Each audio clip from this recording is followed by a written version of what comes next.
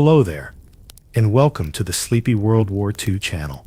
I'm so glad you found your way here tonight. Maybe you've had a long day, or perhaps you're someone who finds peace in understanding history, in learning about the events that shaped our modern world. Either way, this journey through time is for you. You've got nothing to do but rest. Let your mind ease, your breathing slow, and your body grow heavy as the concerns of today fade away. Tonight we're embarking on a journey through the Second World War, the largest and most devastating conflict in human history. Over the next 2 hours, we'll explore 100 facts about this global struggle that lasted 6 years and touched nearly every corner of the earth, from the invasion of Poland to the Battle of Britain, from the frozen steppes of Russia to the palm-fringed islands of the Pacific. We'll travel gently through this vast story. Some facts may surprise you. Others may simply let your mind wander through history as you drift towards sleep. This is part 1 of our exploration,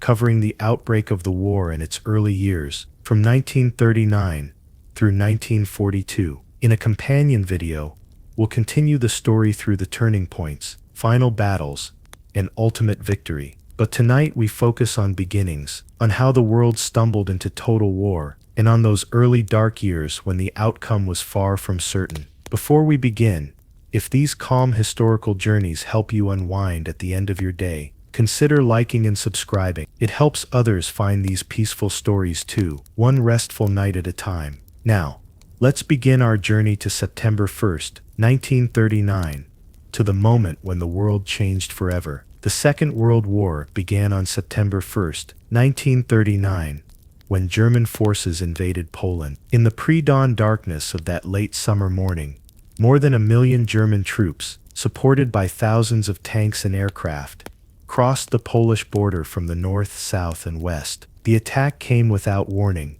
without a formal declaration of war, a sudden unleashing of violence that would set the pattern for the years to come. German Stuka dive bombers screamed down on Polish airfields, destroying aircraft on the ground before they could take off. Panzer divisions rolled across the frontier, their commanders employing a new form of warfare that would soon be known as blitzkrieg, lightning war. The Polish army, though brave and determined, was overwhelmed by the speed and coordination of the German assault. Within hours, the world knew that the long-feared war had finally begun. But the war's true origins lay much further back. The seeds of the Second World War were planted in the ashes of the First. When the Great War ended in November 1918, the victorious Allied powers, primarily Britain, France, and the United States, imposed a harsh peace on defeated Germany through the Treaty of Versailles. Germany was stripped of territory,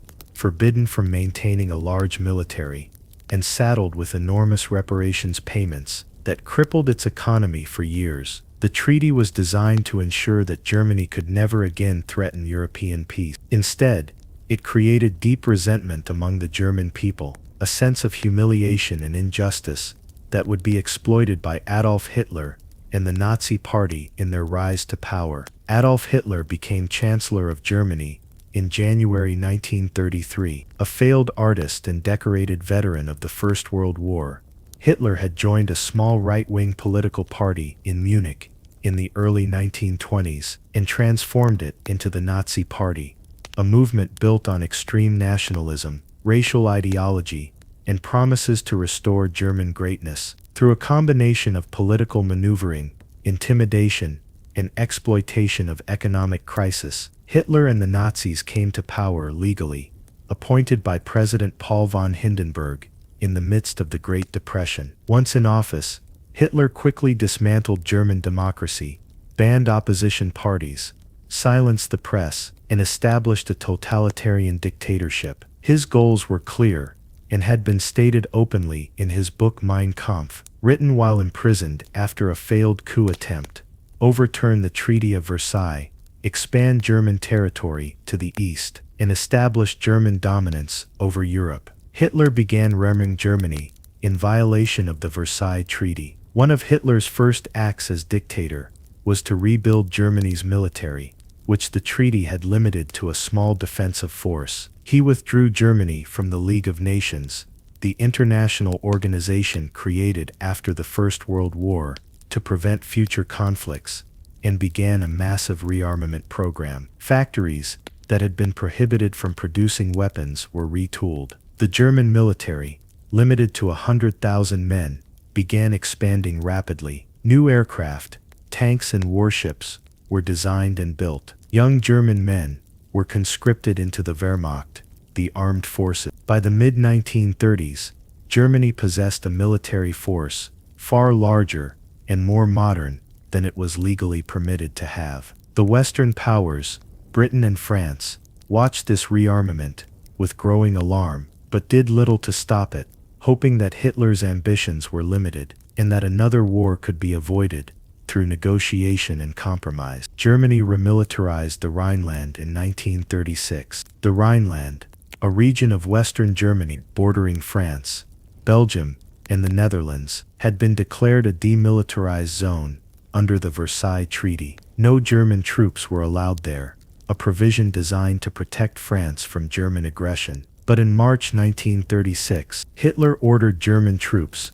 to march into the Rhineland and reoccupy the region. It was a gamble. If Britain and France had responded with force, the small German force would have been quickly defeated, and Hitler's regime might have fallen. But the Western powers did nothing. They protested diplomatically, but took no military action. Hitler's gamble succeeded, and the lesson he drew was clear. The Western democracies would not fight to enforce the Versailles Treaty. He could continue pushing, continue expanding, and they would back down rather than risk war. Germany annexed Austria in March 1938. Encouraged by the success of the Rhineland remilitarization, Hitler turned his attention to Austria, his birthplace. The Treaty of Versailles had forbidden the union of Germany and Austria, but Hitler had long dreamed of bringing all German-speaking peoples into a greater German Reich. In March 1938, he ordered German troops to cross into Austria. They met no resistance. Many Austrians welcomed the Anschluss, the union with Germany, seeing it as a fulfillment of nationalist aspirations. Within days, Austria had ceased to exist as an independent nation, absorbed into Nazi Germany. Once again, Britain and France protested but did nothing. The pattern of appeasement was becoming established. Hitler would make aggressive moves, claim he had no further territorial ambitions, and the Western powers would accept his assurances, desperate to avoid another war. The Munich Agreement gave Hitler the Sudetenland. Hitler's next target was Czechoslovakia, a democratic nation created after the First World War from the ruins of the Austro-Hungarian Empire. The Sudetenland, a region of Czechoslovakia bordering Germany, was home to a large ethnic German population. Hitler demanded that this territory be given to Germany, claiming he was merely seeking to protect ethnic Germans from oppression. Czechoslovakia was prepared to resist, and its army, though small, was well equipped and defended by strong fortifications. But Britain and France pressured the Czech government to give in to Hitler's demands, fearing that resistance would lead to war. In September 1938, British Prime Minister Neville Chamberlain met with Hitler in Munich and agreed to the German annexation of the Sudetenland in exchange for Hitler's promise that this was his final territorial demand. Chamberlain returned to Britain, claiming he had achieved peace for our time. The Czechs, not even invited to the conference that decided their fate, had no choice but to accept. Within 6 months, Hitler had broken his promise and occupied the rest of Czechoslovakia. Britain and France adopted a policy of appeasement throughout the 1930s as Hitler violated treaty after treaty and seized territory after territory. The Western democracies followed a policy that would later be harshly criticized: appeasement. The reasoning behind appeasement was complex.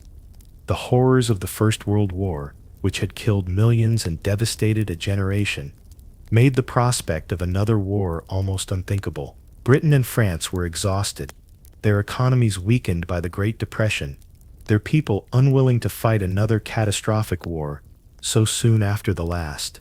There was also a belief, particularly in Britain, that perhaps the Treaty of Versailles had been too harsh, that Germany had legitimate grievances, and that if Hitler's reasonable demands were met, he would be satisfied, and peace could be maintained. It was a tragic miscalculation. Each concession only emboldened Hitler, convincing him that the democracies were weak and would never fight, no matter how far he pushed. Appeasement, intended to preserve peace, made war more likely and more terrible when it finally came. Germany and the Soviet Union signed a non-aggression pact. In August 1939, the world was shocked by news that Nazi Germany and Communist Soviet Union, bitter ideological enemies, had signed a non-aggression pact, the Molotov-Ribbentrop Pact, named after the foreign ministers who signed it, pledged that the two powers would not attack each other. More ominously, a secret protocol divided Eastern Europe into German and Soviet spheres of influence, essentially giving Stalin permission to seize territory in the East, while Hitler moved west. For Hitler, the pact solved a critical problem. It ensured that Germany would not have to fight a two-front war when it invaded Poland. For Stalin, the pact bought time to prepare for a war he believed was inevitable, while allowing the Soviet Union to expand its territory. The pact stunned Western observers and cleared the last obstacle to Hitler's invasion of Poland. Poland was attacked from two directions. When German forces invaded Poland from the west on September 1st, Britain and France issued ultimatums demanding German withdrawal. Hitler ignored them. 2 days later, on September 3rd, Britain and France declared war on Germany, but they could do little to help Poland directly. No significant military action was taken in the West. French and British forces remained behind their defensive lines, unwilling to launch an offensive. Meanwhile, Poland fought desperately against overwhelming German superiority. Then on September 17th, while Poland was still reeling from the German assault, the Soviet Union invaded from the east, claiming the territory promised in the secret protocol of the Molotov-Ribbentrop Pact. Caught between two powerful enemies, outnumbered, outgunned, and with no effective help from its Western allies, Poland's fate was sealed. By early October, organized Polish resistance had collapsed, and the country was divided between German and Soviet occupation zones. The Second World War had begun with the destruction of the nation whose independence was supposed to be guaranteed. The blitzkrieg revolutionized warfare. The German invasion of Poland introduced the world to a new form of military operation, blitzkrieg, lightning war. Traditional military thinking held that wars were won through slow, methodical advances, with infantry, supported by artillery, grinding forward against fortified positions, much as had been done in the First World War. Blitzkrieg was different. It emphasized speed, surprise, and coordination between different branches of the military. Fast-moving panzer divisions, armored formations of tanks, supported by motorized infantry, would punch through enemy lines and drive deep into the rear areas, disrupting communications, encircling enemy forces, and creating chaos. Meanwhile, the Luftwaffe, the German Air Force, would provide close air support, bombing enemy positions, strafing troop columns, and spreading terror among civilians. The goal was not to slowly push the enemy back, but to paralyze and destroy them through shock and rapid maneuver. In Poland, blitzkrieg proved devastatingly effective, overwhelming the Polish army in a matter of weeks. The same tactics would be used with even greater success in the campaigns to come. The phony war followed Poland's defeat. After Poland fell, many expected the war to escalate immediately, with German forces turning west to attack France and Britain. But nothing happened. Through the autumn of 1939 and the winter into early 1940, the Western Front remained quiet. French troops sat in the Maginot Line, an elaborate system of fortifications along the Franco-German border, built at enormous expense during the 1930s. German troops sat in the Siegfried Line, facing them. Occasional patrols crossed into no man's land, but there were no major battles, no dramatic offensives. This period became known as the Phony War, or in French, the Drôle de Guerre, the Strange War. In Britain, it was called the Boer War. People began to wonder if perhaps the war would remain limited, if perhaps Hitler would be satisfied with Poland and a negotiated peace could be arranged. It was a false hope. Hitler was simply waiting for spring, for better weather to launch his offensive in the west. The quiet winter was the calm before a terrible storm. Germany invaded Denmark and Norway in April 1940. The quiet of the phony war ended abruptly in April 1940, when Germany launched a surprise invasion of Denmark and Norway. Denmark, small and essentially defenseless, was occupied in a single day with minimal resistance. Norway proved more difficult. The Norwegian campaign involved the first major combined operations of the war, with German forces employing paratroopers, airborne assaults and amphibious landings to seize key ports and cities. Britain and France sent troops to aid Norway, leading to several sharp battles, but the Allied intervention was poorly coordinated and ultimately unsuccessful. By early June, Allied forces had been evacuated, and Norway was under German occupation. The campaign had several important consequences. It secured Germany's northern flank, ensured access to Swedish iron ore shipped through Norwegian ports, and gave the German Navy bases along the Norwegian coast, from which to threaten British shipping in the North Atlantic. In Britain, the failed Norwegian campaign led to a political crisis that resulted in Chamberlain's resignation as Prime Minister and his replacement by Winston Churchill, who would lead Britain through its darkest hours. Germany invaded France, Belgium, and the Netherlands in May 1940. On May 10, 1940, the phony war ended with devastating finality. German forces launched a massive offensive in the west, invading the neutral Netherlands, Belgium, and Luxembourg while simultaneously attacking France. The plan, developed by General Erich von Manstein, was audacious and unexpected. Instead of attacking through the heavily fortified Maginot Line, or advancing predictably through the flat terrain of Belgium, where the Allies expected them, the main German thrust came through the Ardennes forest, a region of steep hills and dense woods that the French considered nearly impassable for large armored formations. The French were catastrophically wrong. German panzer divisions poured through the Ardennes, crossed the Meuse River, and broke into open country beyond, racing toward the English Channel. Within days, they had cut off the British Expeditionary Force and much of the French army in Belgium and northern France, trapping them against the coast. The speed and success of the German advance shocked the Allies. The same blitzkrieg tactics that had worked in Poland now proved even more effective against more powerful opponents. The Netherlands surrendered in 5 days. The German invasion of the Netherlands was swift and brutal.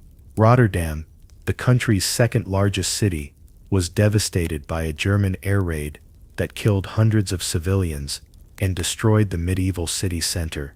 Faced with the threat of similar attacks on other cities, and with German forces advancing rapidly across the country, the Dutch government ordered its military to surrender on May 15th, just 5 days after the invasion began. Queen Wilhelmina and the government fled to Britain to continue resistance from exile, but the Netherlands itself would remain under harsh German occupation for the rest of the war.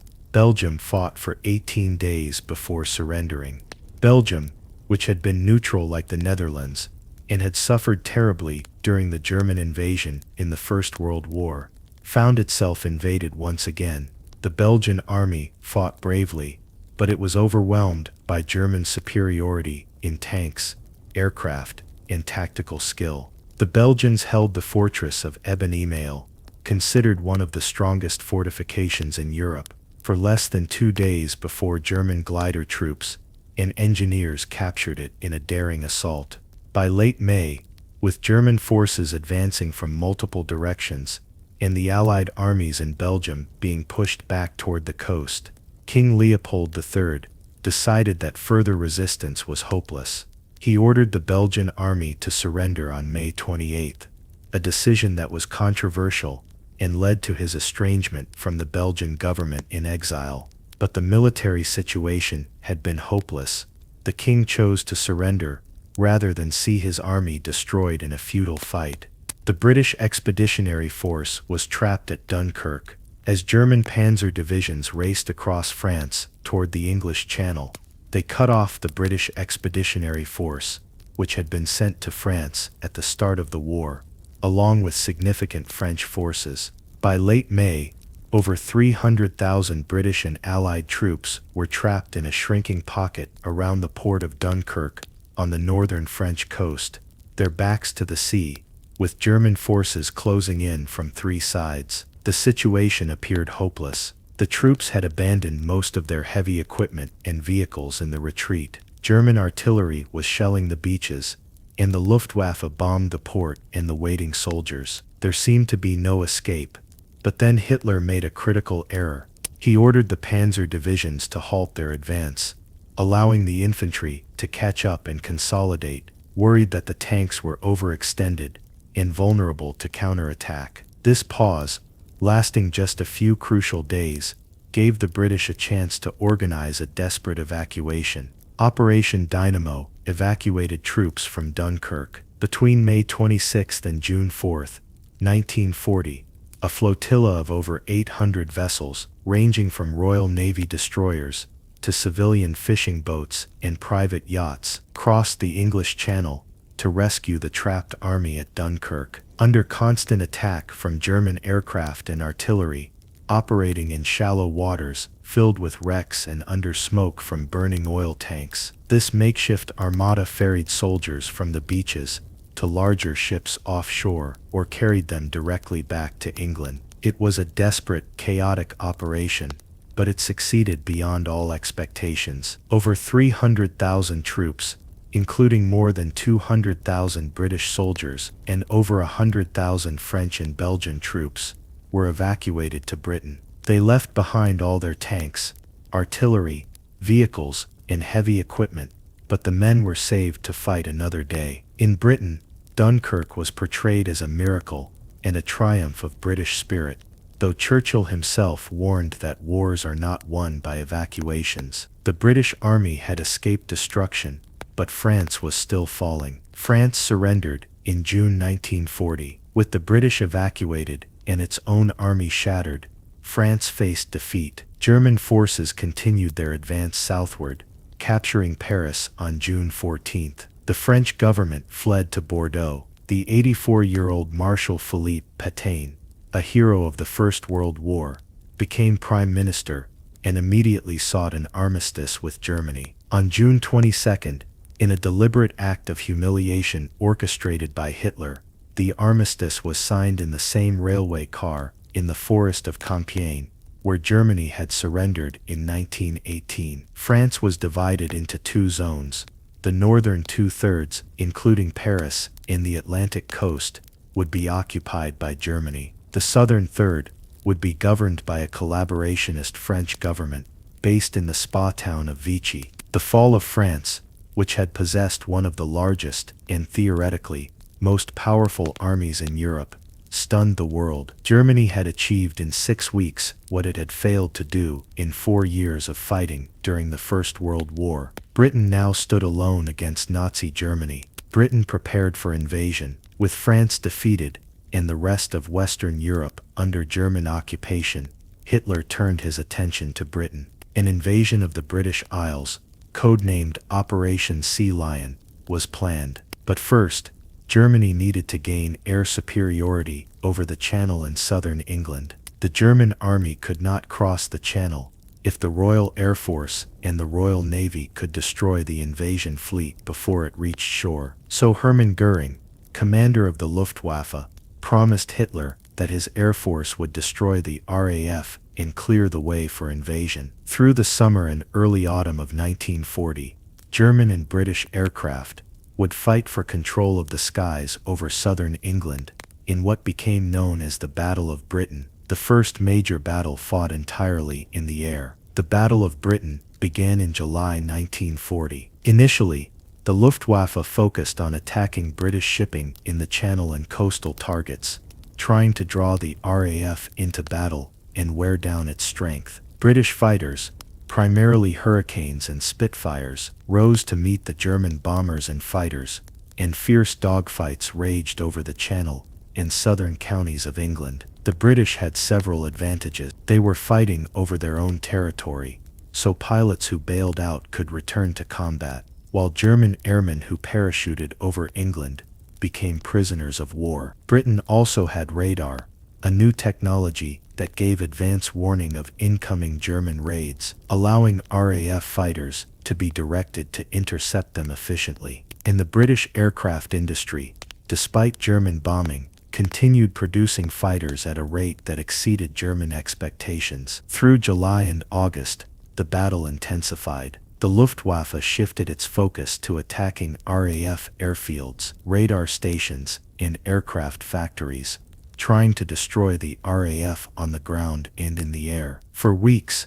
the battle hung in the balance. RAF losses were severe, and there were days when it seemed the fighter command might be worn down to ineffectiveness. Germany switched to bombing cities. Then in early September, the focus of the German air campaign changed. After a British bombing raid on Berlin, carried out in retaliation for German bombs accidentally dropped on London, Hitler ordered the Luftwaffe to shift its attacks from military targets to British cities. The Blitz, as it became known, saw German bombers attack London and other major cities night after night, dropping thousands of tons of high explosives and incendiary bombs, killing tens of thousands of civilians, and destroying vast areas of urban housing. The bombing was intended to break British morale and force the government to sue for peace. It failed. British civilians endured the terror of nightly raids, taking shelter in underground stations and basements, but they did not break. And critically, the shift away from attacking RAF airfields gave the fighter command time to recover, to repair damaged bases, and to rebuild its strength. By late September, it was clear that the Luftwaffe had failed to achieve air superiority. Hitler postponed Operation Sea Lion indefinitely. Britain had survived, though the Blitz would continue into 1941. The Battle of Britain was a crucial turning point. Germany had suffered its first defeat, and Britain remained in the war, providing a base from which the eventual liberation of Europe would be launched. Winston Churchill inspired British resistance. Throughout the dark days of 1940, as France fell, as British cities burned, as invasion seemed imminent, one man embodied British determination to continue the fight: Winston Churchill, 65 years old when he became Prime Minister in May 1940. Churchill had been a controversial figure in British politics for decades, but the crisis of war brought forth his greatest qualities: an indomitable will, superb oratory, and an unshakable belief in ultimate victory. His speeches during that summer and autumn became legendary, rallying the British people to continue fighting, even when the situation seemed hopeless. After Dunkirk, he warned that Britain would defend itself, whatever the cost may be, promising to fight on the beaches, on the landing grounds, in the fields, and in the streets. After the Battle of Britain, he praised the RAF pilots. Never in the field of human conflict was so much owed by so many to so few. His words gave hope, resolve, and a sense that Britain was fighting, not just for survival but for civilization itself. Churchill's leadership in 1940, his refusal to consider peace negotiations with Hitler, kept Britain in the war, and ensured that Nazi Germany would face continuing resistance from the West, even as it contemplated new conquests in the East. Japan's ambitions grew in Asia. While war raged in Europe and the Soviet Union, tensions had been rising in Asia and the Pacific. Japan, which had invaded China in 1937, found itself bogged down in a war it couldn't win, but wouldn't abandon. The Japanese military dominated the coastal cities and railways, but Chinese resistance, both from Chiang Kai-shek's nationalist government and from communist forces led by Mao Zedong, continued in the interior. Japan's economy, heavily dependent on imports of raw materials like oil, rubber, and steel, was under increasing pressure. The United States, alarmed by Japanese aggression and atrocities in China, had imposed economic sanctions on Japan, including an embargo on oil exports. Without American oil, Japan's military machine would grind to a halt within months. Japanese leaders faced a stark choice: withdraw from China and submit to American demands, which they saw as humiliating and unacceptable, or seize the resource-rich territories of Southeast Asia, particularly the Dutch East Indies with its oil fields, and risk war with the United States, Britain, and the Netherlands. The Japanese military, dominated by aggressive officers who believed in the superiority of Japanese fighting spirit, chose war. Japan planned a surprise attack on Pearl Harbor. The American Pacific Fleet, based at Pearl Harbor in Hawaii, was the only force capable of interfering with Japanese plans to seize Southeast Asia. If the fleet could be destroyed or crippled in a surprise attack, Japan would have 6 months to a year to conquer the territories it wanted before America could rebuild its naval strength. Admiral Isoroku Yamamoto, commander of the Japanese Combined Fleet, planned a carrier strike on Pearl Harbor, a daring operation requiring the Japanese fleet to cross thousands of miles of ocean undetected. Yamamoto himself was skeptical that Japan could win a long war against the United States, whose industrial capacity dwarfed Japan's, but he was overruled by more optimistic officers and by political leaders who believed American resolve could be broken by early defeats. Through the autumn of 1941, as diplomatic negotiations continued in Washington, the Japanese strike force prepared for the attack. American intelligence knew that war was coming, but they expected Japan to strike south toward Malaya or the Philippines, not east toward Hawaii. Pearl Harbor was attacked on December 7, 1941, just before 8 o'clock on Sunday morning, December 7, 1941. The first wave of Japanese aircraft, launched from 6 aircraft carriers positioned north of Hawaii, struck the American naval base at Pearl Harbor. The attack achieved complete surprise. Most of the Pacific Fleet's battleships were moored along Battleship Row, their crews at Sunday morning routine, unprepared for war. Within minutes, the harbor was ablaze. Bombs and torpedoes struck battleship after battleship. The USS Arizona exploded when a bomb penetrated its forward magazine, killing over 1,000 men in a single catastrophic blast. The USS Oklahoma capsized, trapping hundreds of sailors inside. Other battleships were sunk or heavily damaged. Aircraft parked wingtip to wingtip on nearby airfields were destroyed before they could take off. A second wave of Japanese aircraft struck an hour later, hitting ships the first wave had missed and bombing shore installations. By the time the attack ended, just before 10 in the morning, the Pacific Fleet had lost 8 battleships, 3 cruisers, 3 destroyers, and nearly 200 aircraft. Over 2,000 Americans were dead, and more than 1,000 wounded. Japan had achieved a stunning tactical victory, crippling the Pacific Fleet at minimal cost. America entered the war. The attack on Pearl Harbor transformed American public opinion overnight. The isolationist sentiment that had kept America out of the war despite sympathy for Britain evaporated in the face of the surprise attack. President Franklin Roosevelt, addressing Congress the next day, called December 7th, a date which will live in infamy, and asked for a declaration of war against Japan. Congress approved almost unanimously, but Hitler made a decision that would prove even more consequential.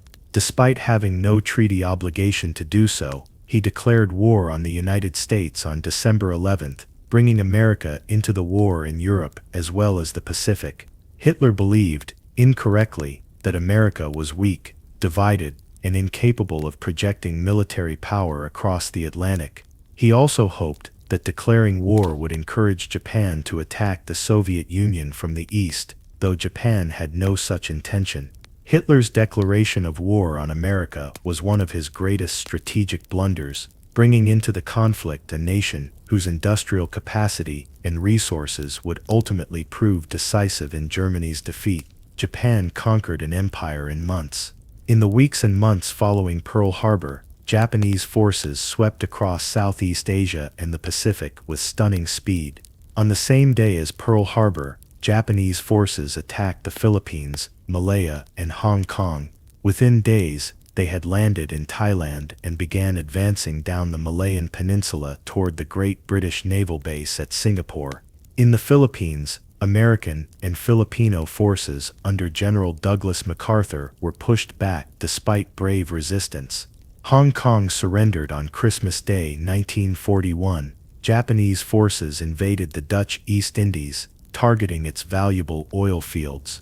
They struck into Burma, threatening British India. Small British and American naval forces that tried to interfere were overwhelmed. In mid-December, the Royal Navy's newest battleship, HMS Prince of Wales, and the battlecruiser HMS Repulse were sunk by Japanese aircraft off the coast of Malaya, a shocking demonstration that air power could destroy even the mightiest warships. Everywhere, the story was the same: Japanese forces advancing rapidly, Allied forces retreating or surrendering. The speed and scope of Japanese victories stunned the world. The myth of white colonial superiority in Asia was shattered, though it would be replaced by a Japanese occupation that proved brutal and exploitative. Singapore fell in February 1942. The greatest humiliation for Britain came in mid-February 1942 when Singapore, the Gibraltar of the East, surrendered to Japanese forces. Singapore was supposed to be impregnable, defended by heavy coastal guns and a large garrison. But the defenses had been designed to repel a naval attack from the sea. The Japanese invaded Malaya from the north, advancing rapidly through jungle the British had thought impassable, and attacked Singapore from the land side where the defenses were weakest. After a brief siege, with water supplies running low and the civilian population at risk, the British commander, Lieutenant General Arthur Percival, surrendered on February 15, handing over more than 80,000 British, Australian, and Indian troops to Japanese captivity. It was the largest surrender in British military history and a devastating blow to British prestige. Churchill called it the worst disaster and largest capitulation in British history. The Philippines fell after a desperate defense. In the Philippines, American and Filipino forces under General MacArthur fought a delaying action, falling back to the Bataan Peninsula and the island fortress of Corregidor in Manila Bay. For months, they held out, undersupplied, ravaged by disease and hunger, hoping for reinforcements that never came. MacArthur himself was ordered to evacuate to Australia in March, leaving behind his famous promise, "I shall return." In April 1942, the starving defenders of Bataan surrendered, and the prisoners were subjected to the notorious Bataan Death March, a brutal forced march in tropical heat that killed thousands. Corregidor held out until early May before surrendering. The fall of the Philippines gave Japan control of a strategic position in the Western Pacific, but the determined resistance had delayed Japanese plans and bought precious time for America to begin mobilizing its vast resources for war. The Doolittle raid struck Tokyo. In April 1942, just 4 months after Pearl Harbor, America struck back at the Japanese homeland in a daring raid that was more psychological than military. 16 B-25 medium bombers, led by Lieutenant Colonel James Doolittle, launched from the aircraft carrier USS Hornet and bombed Tokyo and other Japanese cities, before continuing on to crash land or bail out over China. The physical damage was minimal, but the psychological impact was enormous. It showed the Japanese people, who had been told their homeland was invulnerable, that they could be reached by American bombers. It boosted American morale at a time when news from the Pacific was uniformly bad, and it prompted the Japanese military to extend their defensive perimeter further into the Pacific, leading them to attempt the capture of Midway Island,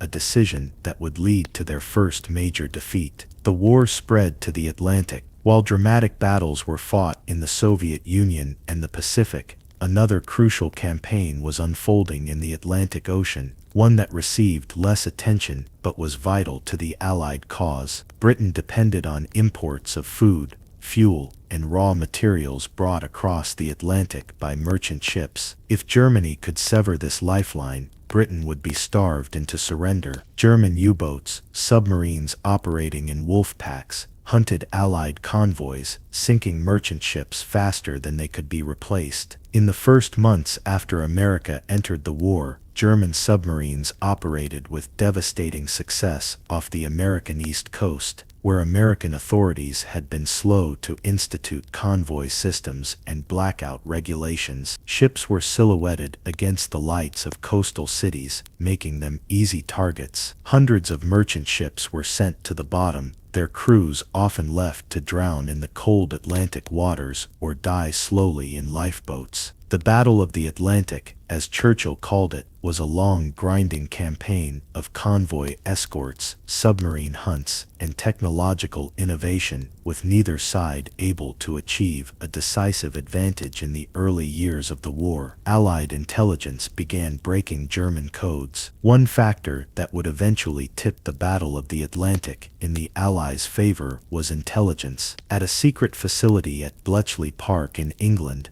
British cryptanalysts, mathematicians, and linguists worked to break German military codes. The most important was the Enigma cipher, used by German military forces, including U-boats, which the Germans believed was unbreakable. Polish mathematicians had made important pre-war breakthroughs in understanding Enigma, and British codebreakers, including the brilliant mathematician Alan Turing, built on this work. By 1941, Bletchley Park was regularly reading German naval signals, intelligence codenamed Ultra. This allowed convoy routes to be adjusted to avoid known U-boat positions and gave the British advance warning of German operations. The intelligence had to be used carefully to avoid tipping off the Germans that their codes were compromised. Not every convoy could be saved, and sometimes intelligence had to be ignored to protect the secret. But Ultra gave the Allies a crucial advantage, one that would become more pronounced as the war continued. The Holocaust began in earnest with the invasion of the Soviet Union. Behind the front lines of the war in Eastern Europe, another horror was unfolding, one that would eventually claim 6 million lives. Nazi racial ideology had always been murderously anti-Semitic, and Jews in Germany and occupied countries had been persecuted, stripped of their rights, and sometimes killed. But with the invasion of the Soviet Union, persecution turned to systematic mass murder. Special mobile killing units, called Einsatzgruppen, followed the German army into Soviet territory, their mission to murder Jews, communist officials, and other undesirables. These units would enter towns and villages, round up the Jewish population, march them to remote locations, and shoot them, often forcing them to dig their own mass graves first. Hundreds of thousands were murdered this way in the second half of 1941, but even this horrific method was considered too slow, too public, and too psychologically damaging to the killers themselves. At the Wannsee Conference in Berlin in January 1942, senior Nazi officials discussed the final solution of the Jewish question, a bureaucratic euphemism for the complete extermination of European Jewry. What followed was the establishment of extermination camps, industrial facilities designed solely for mass murder, using poison gas, where Jews from across occupied Europe would be transported in cattle cars and killed upon arrival. Millions died in concentration and extermination camps. The names of these camps would become synonymous with humanity's capacity for evil: Auschwitz, Treblinka, Sobibor, Belzec, Chelmno, Majdanek. At these facilities, Jews and others deemed undesirable by the Nazi regime, Roma, homosexuals, political dissidents, Soviet prisoners of war, were murdered with industrial efficiency. Upon arrival, most were sent directly to gas chambers disguised as shower rooms, where they would be killed with poison gas, usually Zyklon B. Their bodies were then cremated in large ovens. Those temporarily spared were worked to death as slave labor under horrific conditions. The scale of the killing was unprecedented. At Auschwitz alone, over 1 million people, mostly Jews, were murdered. The Holocaust, as this genocide came to be called, was the darkest aspect of the Second World War, a crime so monstrous that it defied comprehension even as evidence accumulated. The full extent of the horror would not be revealed until Allied forces began liberating the camps in 1944 and 45. But throughout the war, information about mass killings filtered out through resistance networks and escaped prisoners. The Allied governments, focused on winning the war and skeptical that the reports could be true, did little to specifically target the killing machinery, though the ultimate defeat of Nazi Germany would put an end to the slaughter. The war touched every continent. By the end of 1942, the Second World War had truly become a global conflict, fought on every continent except Antarctica. In Europe, German forces occupied most of the continent from the Atlantic to deep inside the Soviet Union. In Africa, the Seesaw Desert War continued in North Africa, while East Africa had seen Italian forces defeated. In Asia, Japan controlled vast territories from Manchuria to Burma, from the Dutch East Indies to the mid-Pacific. The Atlantic, Pacific, and Indian Oceans were battlegrounds where submarines hunted convoys and naval forces clashed. Even nominally neutral countries felt the war's impact through espionage, economic pressure, and the presence of refugees. The war had grown to such a scale that its outcome would determine the fate of hundreds of millions of people and reshape the entire international order. Yet for all the territory the Axis powers controlled, cracks were beginning to show. Germany had failed to defeat the Soviet Union and now faced a grinding war of attrition in the East, while dealing with British resistance in the West and American industrial might beginning to mobilize. Japan had won a vast empire but lacked the resources to defend it against an aroused America. The stage was being set for the turning points that would come in the year ahead, battles that would determine whether Nazi Germany and Imperial Japan could hold their conquests, or whether the tide would turn against them. Resistance movements formed across occupied Europe. In every country conquered by Germany, men and women refused to accept defeat in foreign occupation. Resistance movements formed, varying in size, effectiveness, and tactics depending on local conditions and the nature of German occupation. In France, the resistance began with small acts of defiance, circulating underground newspapers, helping Allied airmen escape, gathering intelligence, and gradually grew into networks capable of sabotage, ambushes, and coordinated operations. In Yugoslavia, communist partisans led by Josip Broz Tito, waged a fierce guerrilla war that tied down entire German divisions. In Poland, the underground Home Army maintained a shadow state, complete with courts and schools, preparing for an eventual uprising. In the Soviet Union, partisan bands operated behind German lines, blowing up trains, cutting communication lines, and assassinating collaborators. In Denmark and Norway, resistance took more subtle forms suited to the less harsh occupation in Scandinavia.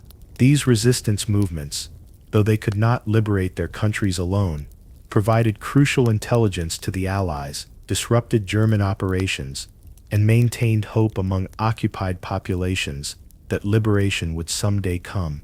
The Soviet Union received massive aid from the Allies.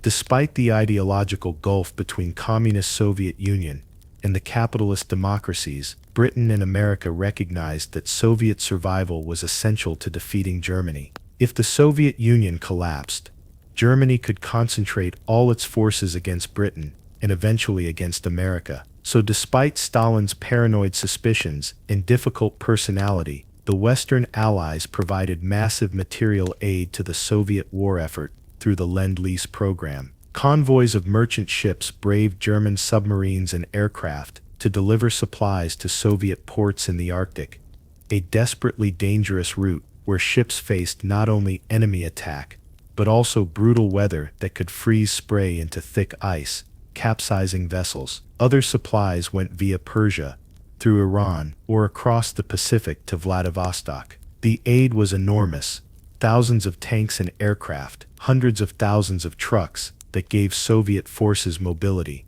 German forces often lacked food, raw materials, and industrial equipment. Soviet propaganda downplayed this aid, and Stalin showed little gratitude, but it was crucial in allowing the Soviet Union to continue fighting, especially in the dark days of 1941 and 42. Convoy PQ-17 suffered catastrophic losses. The Arctic convoys delivering supplies to the Soviet Union faced some of the most dangerous conditions of the war. In July 1942, Convoy PQ-17, consisting of 35 merchant ships, set sail from Iceland bound for the Soviet port of Arkhangelsk. German intelligence detected the convoy, and the Kriegsmarine and Luftwaffe prepared a major operation to destroy it. When British naval intelligence believed, incorrectly, that the German battleship Tirpitz had put to sea to attack the convoy, the First Sea Lord ordered the convoy to scatter, withdrawing the escorting warships to engage the supposed battleship threat. Left defenseless, the scattered merchant ships were easy prey for German submarines and aircraft. Over the next week, 24 of the 35 ships were sunk, with the loss of over 100 tanks, nearly 200 aircraft, thousands of vehicles, and over 3,000 men. It was a disaster that led to a temporary suspension of Arctic convoys and highlighted the terrible dangers of this route.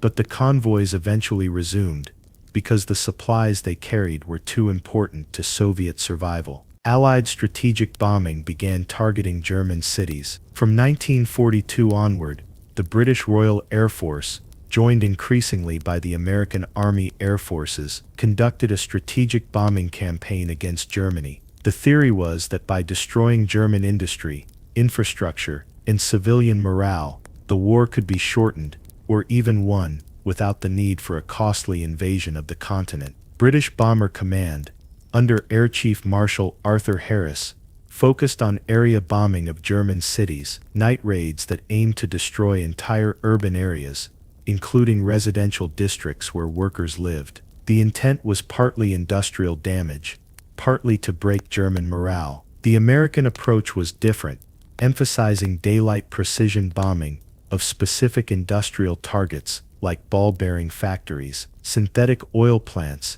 and aircraft manufacturing facilities. Both approaches came at terrible cost. German air defenses, initially weak, became increasingly formidable. Bomber losses mounted. Entire crews were lost when their aircraft were shot down by fighters or anti-aircraft fire, or simply vanished into the North Sea. The bombing campaign would remain controversial, both for its effectiveness and its morality, particularly raids that destroyed historic cities and killed tens of thousands of civilians. But it forced Germany to divert enormous resources to air defense, and eventually did significant damage to German war production. Hamburg was devastated by firestorm bombing. In late July 1943, British and American bombers launched Operation Gomorrah, a week-long series of raids on Hamburg, Germany's second-largest city, and a major port and industrial center. The raids employed a new tactic, dropping large numbers of incendiary bombs to start fires across wide areas of the city. On the night of July 27th, conditions were perfect for disaster. Hot, dry weather, and a concentration of fires created a phenomenon called a firestorm, where multiple fires merged into a single gigantic conflagration that generated winds of hurricane force, sucking oxygen from underground shelters, and creating temperatures hot enough to melt glass and metal. The firestorm in Hamburg killed over 40,000 people, mostly civilians, in a single night, more than had died in the entire German blitz of British cities. Over 1 million Hamburg residents fled the city. The destruction shocked even Allied commanders, though Harris and other bombing advocates argued it demonstrated what could be done to shorten the war. The Hamburg firestorm became a grim preview of what would be repeated in other German cities, most notably Dresden.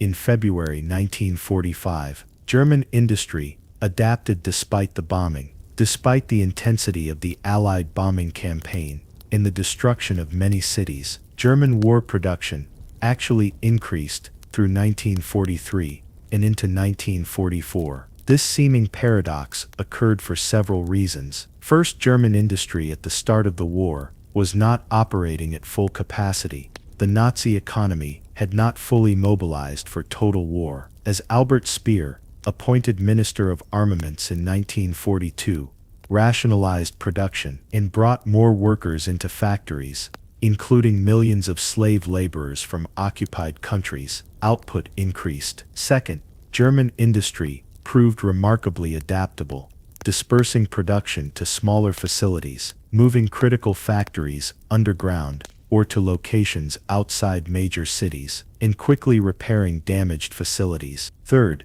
the bombing campaign, while destructive, was not consistent enough or concentrated enough on truly critical targets until late in the war. Only when the Allies finally focused sustained attacks on synthetic oil production in 1944 did bombing begin to have a decisive impact, starving German forces of fuel for tanks and aircraft. The bombing campaign's greatest success may have been forcing Germany to divert enormous resources to air defense, fighters, anti-aircraft guns, ammunition, and manpower that could have been used on the fighting fronts. The Allies planned for the eventual invasion of France throughout 1942 and into 1943, as fighting raged in the Soviet Union, North Africa, and the Pacific. Allied planners began preparing for what they knew would be the decisive operation of the war in Europe, a cross-channel invasion to liberate France and open a second front in the West. Stalin had been demanding this second front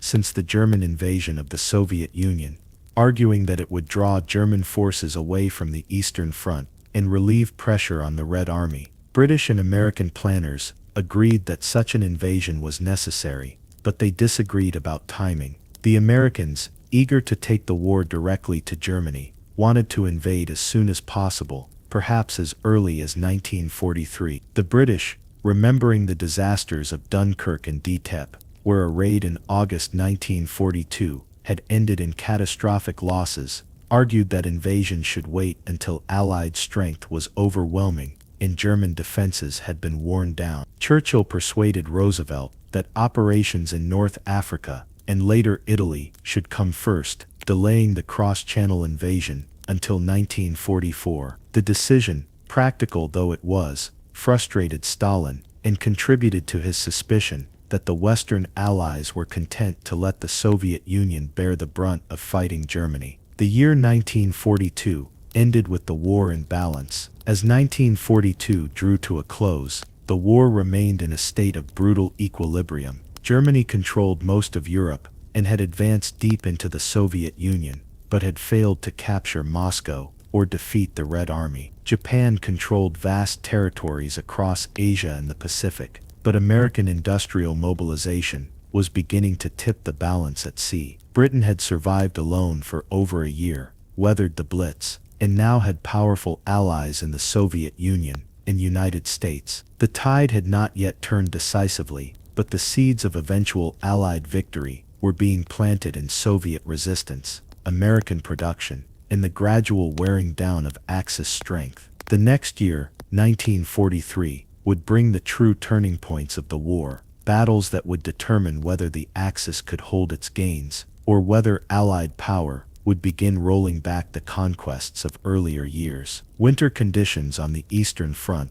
were brutal beyond imagination. The war in the Soviet Union was fought under conditions that soldiers from Western Europe or America could barely comprehend. Winter temperatures on the Eastern Front regularly dropped to 30 or 40 degrees below zero Fahrenheit, cold enough to freeze exposed skin in minutes, to make metal so brittle it could shatter, to stop engines and freeze lubricants solid. German soldiers, still in the thin uniforms intended for a short summer campaign, suffered terribly. Frostbite was endemic, claiming thousands of casualties who never faced enemy fire. Weapons malfunctioned in the cold. Vehicles wouldn't start. Supply lines stretched across vast distances, and fuel froze before it could reach the front. Soviet forces, better equipped for winter conditions, with quilted jackets, felt boots, and fur hats, still suffered, but they were more accustomed to such conditions, and their equipment was designed to function in extreme cold. The Russian winter, which had defeated Napoleon over a century earlier, proved to be one of Germany's most formidable enemies, killing or incapacitating hundreds of thousands of German soldiers and destroying countless vehicles and weapons. Prisoners of war suffered terribly, especially in the East. The treatment of prisoners of war varied enormously depending on who held them and where. Western Allied prisoners held by Germany, while facing harsh conditions in POW camps, generally received treatment that, while far from comfortable, at least nominally adhered to the Geneva Conventions. They received food parcels from the Red Cross, could send and receive letters, and had a reasonable chance of surviving captivity. German prisoners held by the Western Allies received similar treatment, but in the East, the war was fought with an ideological hatred that led to horrific treatment of prisoners on both sides. Soviet prisoners captured by Germany faced deliberate starvation, exposure,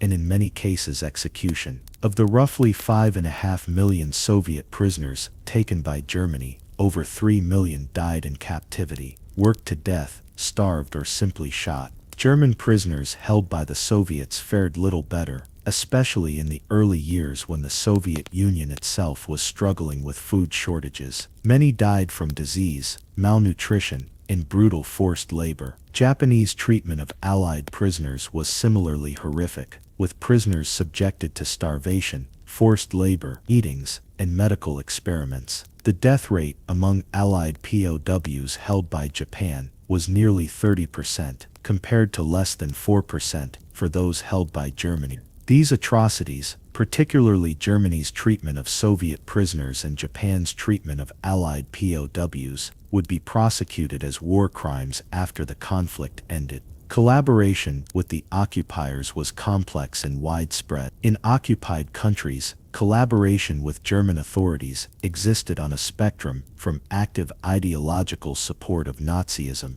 to passive cooperation motivated by survival. Some collaborated out of genuine sympathy for fascist ideology or anti-communism. Others cooperated because they saw Germany as the likely victor and wanted to be on the winning side. Many more simply did what they had to do to survive, working in factories that produced goods for the German war effort, serving in local police forces that helped maintain order, or simply going about their daily lives under occupation. The degree of collaboration varied by country and by the harshness of German occupation. In Western Europe, where German rule was relatively less brutal than in the East, collaboration was often more extensive. In Eastern Europe, where Nazi racial ideology viewed Slavic peoples as subhuman in occupation, was murderous, collaboration was less common and often opportunistic. After the war, collaborators faced harsh retribution in many countries, sometimes through legal proceedings, sometimes through mob violence.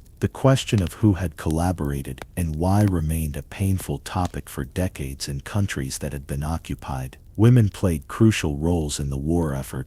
The Second World War required the mobilization of entire societies, not just their male populations. With millions of men serving in the military, women took on roles that would have been unthinkable before the war. In factories, women assembled aircraft, manufactured ammunition, built ships, and produced the vast quantities of supplies needed to keep modern armies in the field. The iconic Rosie the Riveter in America symbolized this transformation, though similar changes occurred in all combatant nations. In Britain, women served in anti-aircraft batteries, tracked incoming German bombers on radar, drove ambulances during the Blitz, and worked as mechanics and technicians. In the Soviet Union, women served in combat roles to a degree no other nation matched, as snipers, tank drivers, fighter pilots, and infantry soldiers. The Soviet Union fielded entire regiments of female combat pilots, including the famous Night Witches, women who flew outdated biplanes on nighttime bombing raids against German positions. While most women in most countries were not in combat roles, their contribution to war production and to maintaining civilian society while men fought was essential to victory. The war permanently changed attitudes about women's capabilities and contributed to the gradual expansion of women's rights in the post-war period.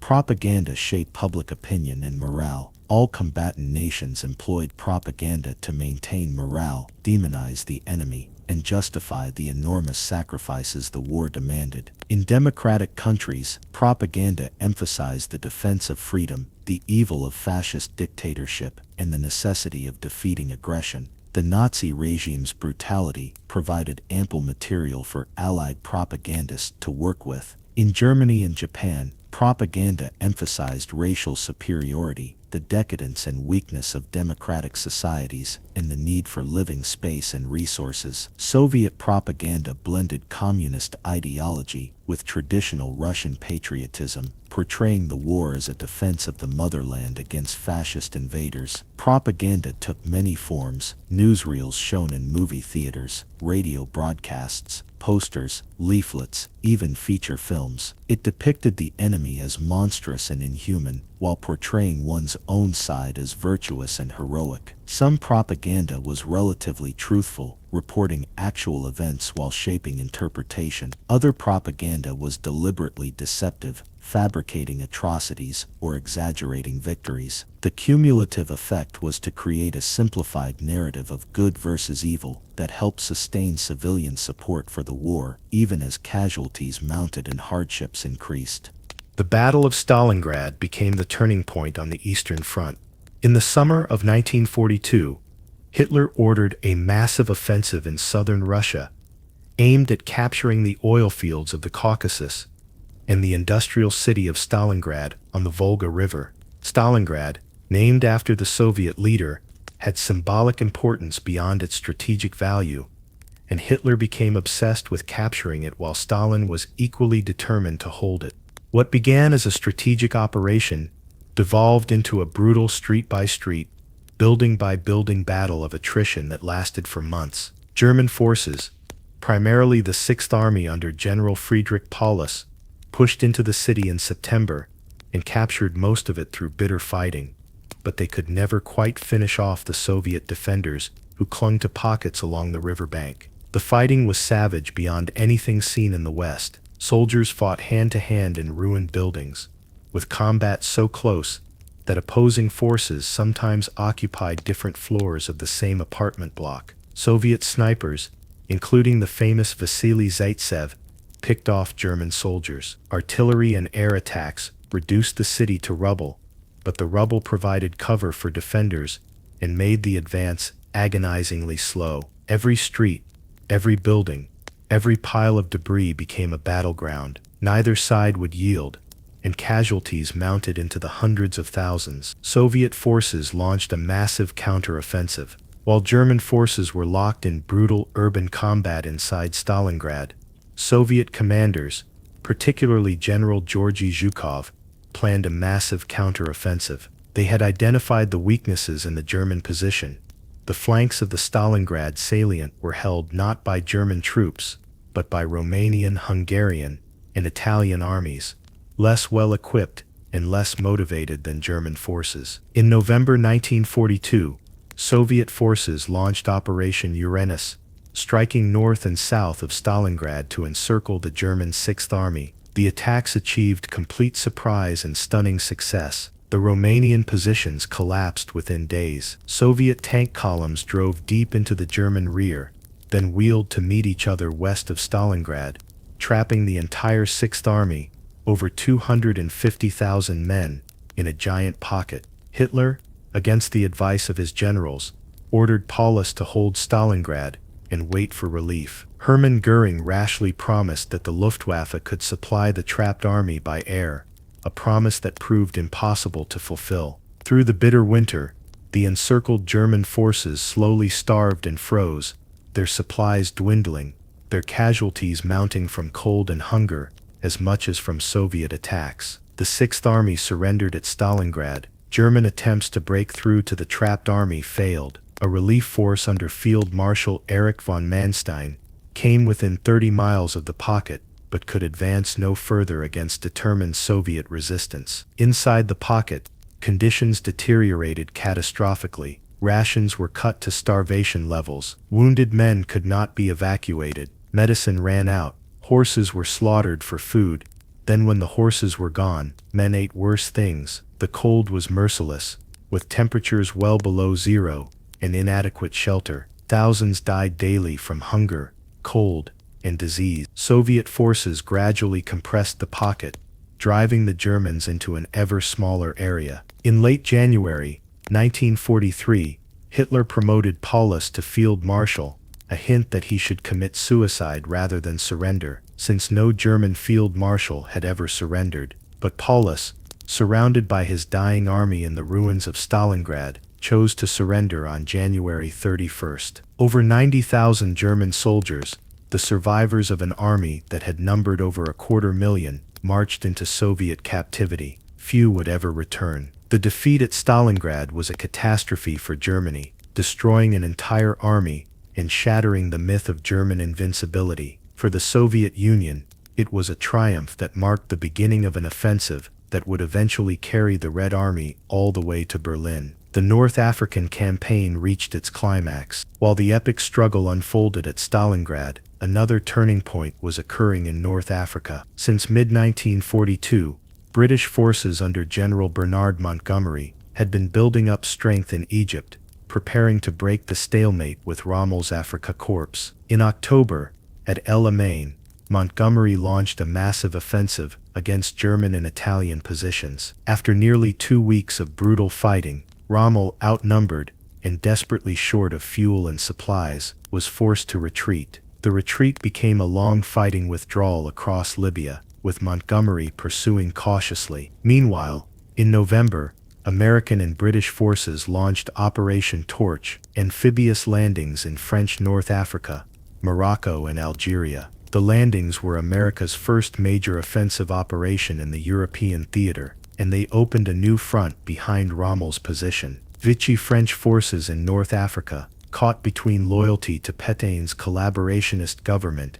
and desire to rejoin the fight against Germany, offered varying degrees of resistance before eventually joining the Allies. German forces rushed reinforcements to Tunisia, briefly stabilizing the front, but Rommel now faced enemies on two sides, Montgomery advancing from the east, and American and British forces advancing from the west. His position was untenable. Axis forces surrendered in Tunisia. Through the winter and spring of 1943, Allied forces closed in on the German and Italian forces in Tunisia. The fighting was hard, with inexperienced American forces suffering embarrassing defeats at places like Kasserine Pass before learning lessons and improving their performance. But the outcome was never in doubt. Rommel, sick and exhausted, was evacuated to Germany in March. By May, surrounded, cut off from supplies and reinforcements, with Allied air superiority making movement by day impossible, the remaining Axis forces in North Africa surrendered. Over 250,000 German and Italian troops went into captivity, a loss comparable to Stalingrad. The North African campaign was over, ending in complete Allied victory. The Mediterranean was now largely under Allied control, and the stage was set for the invasion of Italy. More importantly, Anglo-American forces had learned to work together, had gained combat experience, and had proven they could defeat German forces in sustained fighting. The victories at Stalingrad and Tunisia, coming within months of each other, marked the definitive turning of the tide against the Axis. The Battle of the Atlantic turned in the Allies' favor. Through 1942, German U-boats had been winning the struggle for control of the Atlantic sea lanes. Allied merchant ship losses exceeded new construction, and Britain faced the real possibility of being starved into submission. But in the spring of 1943, the balance shifted dramatically. Several factors contributed to the change. Allied escorts became more numerous and better equipped with improved radar and sonar that could detect surfaced or submerged U-boats more effectively. Long-range aircraft, particularly B-24 Liberators converted for maritime patrol, closed the air gap in mid-Atlantic, where U-boats had previously operated with relative impunity. The breaking of German naval codes gave Allied convoy planners crucial intelligence about U-boat positions. New tactics, including support groups of warships that could hunt U-boats while regular escorts stayed with the convoy, proved effective. In May 1943, German U-boat losses spiked dramatically, with over 40 submarines sunk in a single month. Admiral Karl Donitz, commander of the U-boat force, was forced to withdraw his submarines from the North Atlantic temporarily. The crisis had passed. From mid-1943 onward, Allied convoys crossed the Atlantic with decreasing losses, ensuring the buildup of forces in Britain for the eventual invasion of France. While U-boat losses mounted to unsustainable levels, the Allies invaded Sicily. With North Africa secured, the next question was where to strike next. American commanders wanted to focus on preparing for the cross-channel invasion of France, but Churchill persuaded Roosevelt that an invasion of Italy should come first, arguing it would knock Italy out of the war, force Germany to divert troops from other fronts, and provide air bases from which to bomb Germany and German-occupied Europe. In July 1943, Allied forces launched Operation Husky, the invasion of Sicily. It was the largest amphibious operation to date, exceeding even the scale of the North African landings, with American forces under General George Patton landing on the southern coast and British forces under Montgomery landing on the southeast. The landings achieved surprise and quickly established solid beachheads. German and Italian forces on the island fought delaying actions but could not stop the Allied advance. By mid-August, after just over a month of fighting, Sicily was in Allied hands. Most German forces had successfully evacuated across the Strait of Messina to mainland Italy, but the campaign had cost the Axis heavily and set the stage for the invasion of the Italian mainland. Mussolini fell from power. The Allied invasion of Sicily triggered a political crisis in Italy. The Italian people, never enthusiastic about the war, had suffered through years of defeats, shortages, and bombing. The fascist regime was increasingly unpopular, and support for Mussolini, who had ruled Italy for over 20 years, was collapsing. On July 25, 1943, just 2 weeks after the invasion of Sicily began, the fascist Grand Council turned against Mussolini. King Victor Emmanuel III, who had remained as constitutional monarch throughout the fascist era, dismissed Mussolini as prime minister and had him arrested. Marshal Pietro Badoglio was appointed to head a new government. Badoglio publicly proclaimed that Italy would continue fighting alongside Germany, but he immediately began secret negotiations with the Allies for an armistice. The news of Mussolini's fall was greeted with joy by ordinary Italians who hoped the war might be ending. But Germany was not about to let its ally defect without a fight. Hitler ordered German troops already in Italy to be reinforced and prepared plans to occupy the country if Italy tried to switch sides. Italy surrendered, but Germany occupied the country. On September 3, 1943, the Badoglio government signed an armistice with the Allies, officially taking Italy out of the war. The armistice was announced on September 8. The timing was coordinated with Allied landings on the Italian mainland, with one landing at the southern tip of the boot and another, more ambitious landing at Salerno, south of Naples. Italian forces, confused and lacking clear orders, largely disintegrated. Some surrendered to the Allies. Others joined partisan groups. Many simply went home, but German forces in Italy immediately implemented plans to occupy the country. They disarmed Italian units, seizing their weapons and taking hundreds of thousands of Italian soldiers prisoner. Northern and central Italy came under German military occupation. Rome was occupied. The Germans even rescued Mussolini from his mountain prison in a daring glider raid and installed him as head of a puppet regime in northern Italy, though he was now merely a German puppet with no real power. Italy, which had entered the war as an aggressor in 1940, was now an occupied battleground, its people facing brutal German occupation in the north and Allied liberation in the south. The Italian campaign became a grinding stalemate. Allied commanders had hoped that the invasion of Italy would lead to a rapid advance up the peninsula, and perhaps even the capture of Rome before winter. But German forces in Italy, under the skilled command of Field Marshal Albert Kesselring, conducted a masterful defensive campaign that turned the Italian mountains and rivers into nearly impregnable barriers. The geography favored defense. The Italian peninsula is crossed by numerous rivers and ridges running east to west, each one a potential defensive line, with the Apennine mountain spine running down the center providing commanding positions.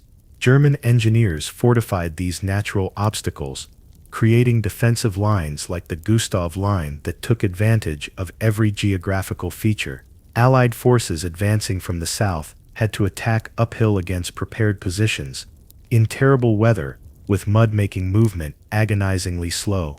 The winter of 1943–44 saw some of the most miserable fighting conditions of the entire war, with soldiers enduring cold, wet mud and constant combat that gained ground only in yards and at terrible cost. The port of Naples was captured, and Allied forces pushed slowly northward, but Rome remained out of reach.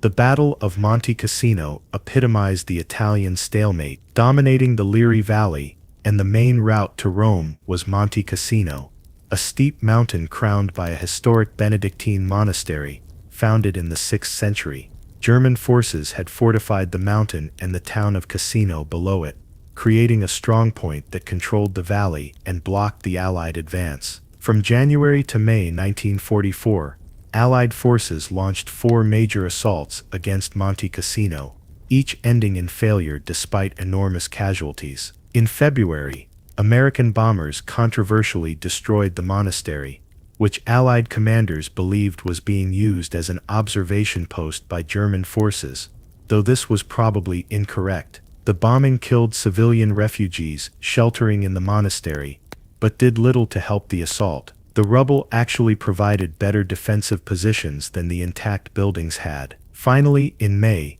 a massive assault involving Polish, British, Indian, and French forces, supported by overwhelming artillery and air power, broke through the German defenses after bitter fighting that left the town and monastery in ruins. The cost had been enormous for a single mountain, but the Gustav Line was finally broken, allowing Allied forces to advance toward Rome. Rome was liberated in June 1944. On June 4, 1944, American forces entered Rome, the first Axis capital to fall to the Allies. The city had been declared an open city by the Germans, meaning it would not be defended, sparing it the destruction that had befallen so many other European cities. The liberation of Rome was a moment of triumph and celebration, with jubilant Romans welcoming Allied troops. But the celebration was brief and muted, because 2 days later, on June 6, the long-awaited Allied invasion of France would begin,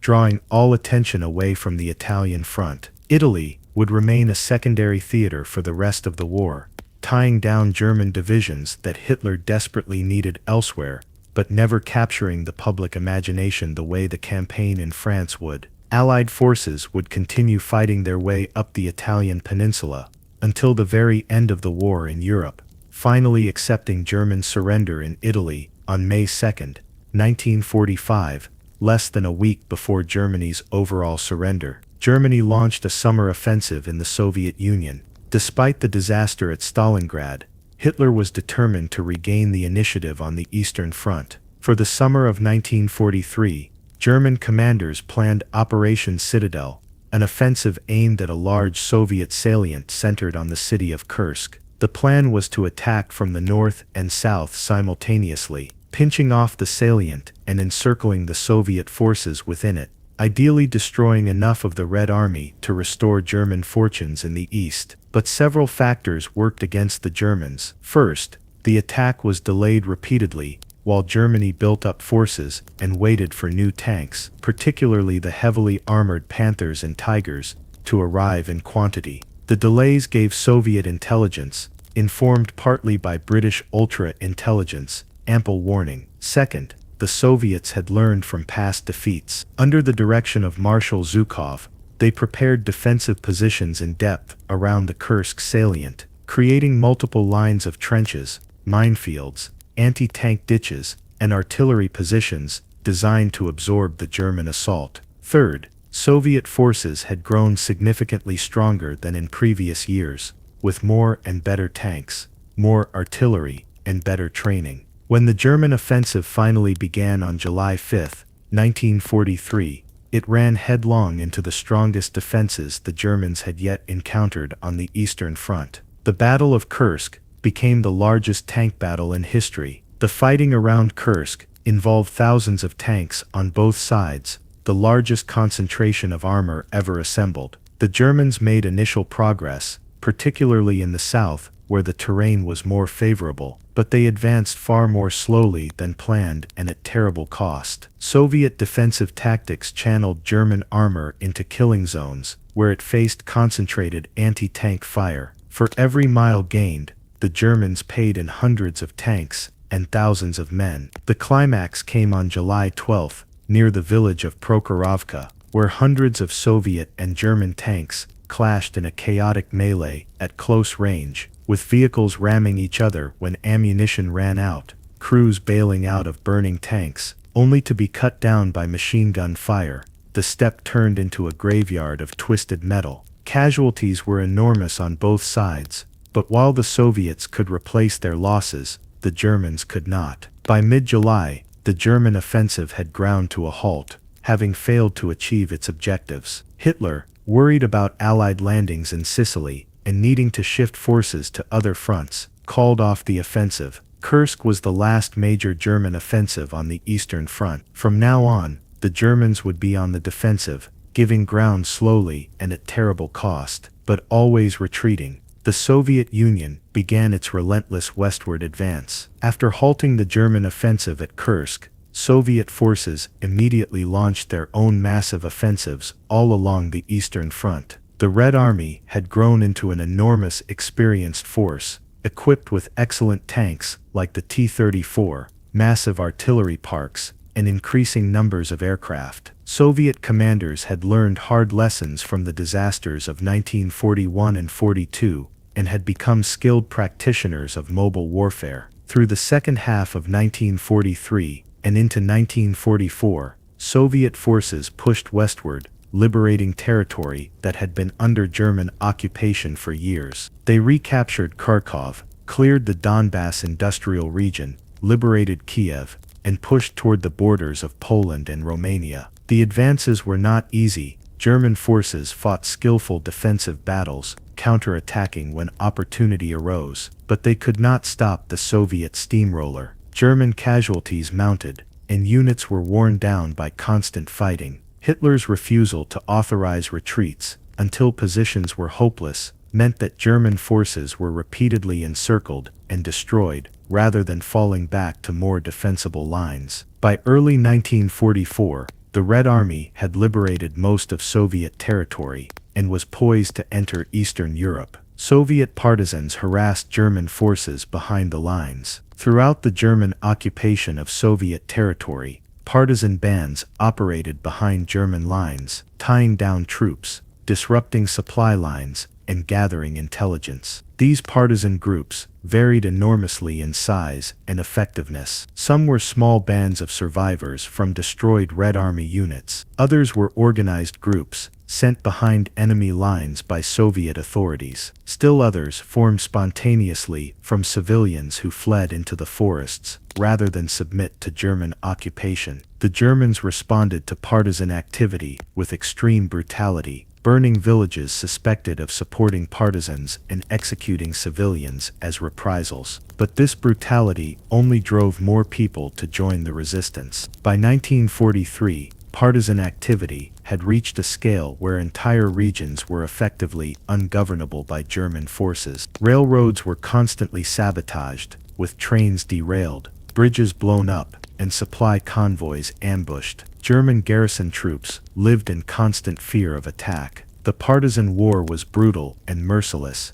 characterized by atrocities on both sides, but it significantly degraded German control of occupied Soviet territory and forced Germany to divert troops that were desperately needed at the front to rear area security duties. The war in the Pacific began turning against Japan. In the Pacific, 1943 marked the beginning of America's sustained offensive against the Japanese Empire. American industrial production had reached levels that dwarfed Japanese capacity. New aircraft carriers, battleships, cruisers, destroyers, submarines, and support ships were joining the fleet in numbers that allowed the Navy to conduct multiple simultaneous operations. New aircraft, like the F-6F Hellcat fighter, and improved tactics were giving American aviators an edge over their Japanese counterparts. Most importantly, American war planners had developed a strategy to roll back Japanese conquests through a combination of amphibious assaults on key islands, bypassing and isolating strongly held Japanese positions through an island-hopping strategy, and submarine warfare against Japanese merchant shipping. The strategy recognized that it was neither necessary nor desirable to recapture every island Japan held. Instead, American forces would seize key positions that could support further advances while leaving Japanese garrisons on other islands to wither on the vine, cut off from supplies and reinforcements, effectively removed from the war without the need for costly assaults. American submarines strangled Japan's economy. While dramatic battles captured headlines, the most effective American strategy against Japan was the campaign waged by submarines against Japanese merchant shipping. Japan, an island nation lacking many natural resources, depended absolutely on imports of oil, rubber, metals, and food from its conquered territories. These materials had to be shipped across sea lanes that were increasingly dangerous as American submarines ranged across the Pacific and into Japanese home waters. American submarines, initially plagued by defective torpedoes that failed to explode or ran at incorrect depths, overcame these problems by mid-1943 and began sinking Japanese ships at a rate Japan could not sustain. Japanese merchant losses mounted steadily, reducing the flow of resources to Japan and supplies to Japanese forces scattered across the Pacific. Unlike Germany, which had developed effective convoy tactics and anti-submarine measures in response to Allied attacks on its U-boats, Japan never adequately protected its merchant shipping, treating convoy escort as an unglamorous duty and failing to develop effective tactics. By 1944, Japan's merchant fleet was being destroyed faster than new ships could be built, and the empire was slowly being strangled, cut off from the resources of the territories it had conquered. The island-hopping campaign began in earnest. In November 1943, American forces launched Operation Galvanic, assaults on the Gilbert Islands in the Central Pacific, particularly the tiny atoll of Tarawa. The landings at Tarawa became infamous for the fierce Japanese resistance and heavy American casualties. The island's Japanese garrison fought virtually to the last man, inflicting over 3,000 American casualties in just 4 days of fighting. But the battle taught important lessons about amphibious assault against fortified positions and demonstrated the fanatical resistance American forces would face on every island they attacked. Despite the cost, the operation secured bases for further advances. In early 1944, American forces moved on to the Marshall Islands, seizing Kwajalein and Eniwetok, each operation building on lessons learned from the last. In the Southwest Pacific, General Douglas MacArthur's forces advanced along the northern coast of New Guinea, conducting a series of amphibious landings that bypassed Japanese strongpoints and moved steadily closer to the Philippines. Each operation brought American forces closer to Japan itself, tightening the noose around the Japanese Empire. But each also demonstrated that Japan would fight to the bitter end, that every island would be contested, and that the road to Tokyo would be long and bloody.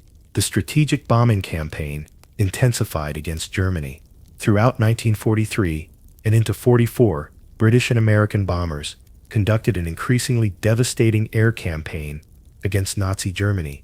The two allies had developed different philosophies of bombing. The Royal Air Force, scarred by heavy losses in early daylight raids, concentrated on nighttime area bombing of German cities, aiming to break civilian morale and destroy Germany's industrial capacity by reducing entire urban areas to rubble.